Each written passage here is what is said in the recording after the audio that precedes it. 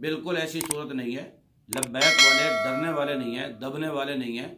ये तुम्हारे हर जबर और हर जुल्म का मुकाबला करके मैदान में आए हैं। रहीम लब्बैक लब्बैक लब्बैक या रसूल अल्लाह सल्लल्लाहु अलैहि वसल्लम।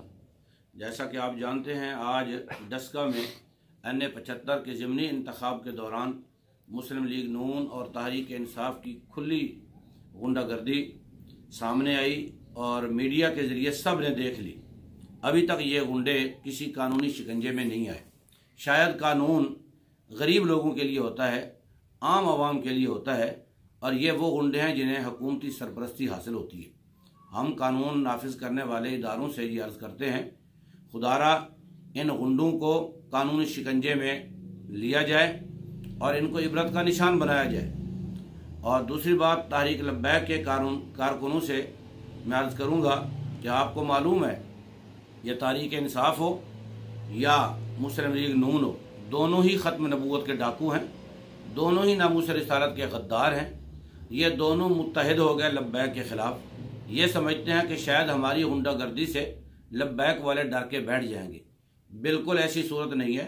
लब्बैक वाले डरने वाले नहीं हैं, दबने वाले नहीं हैं। ये तुम्हारे हर जबर और हर जुल्म का मुकाबला करके मैदान में आए हैं।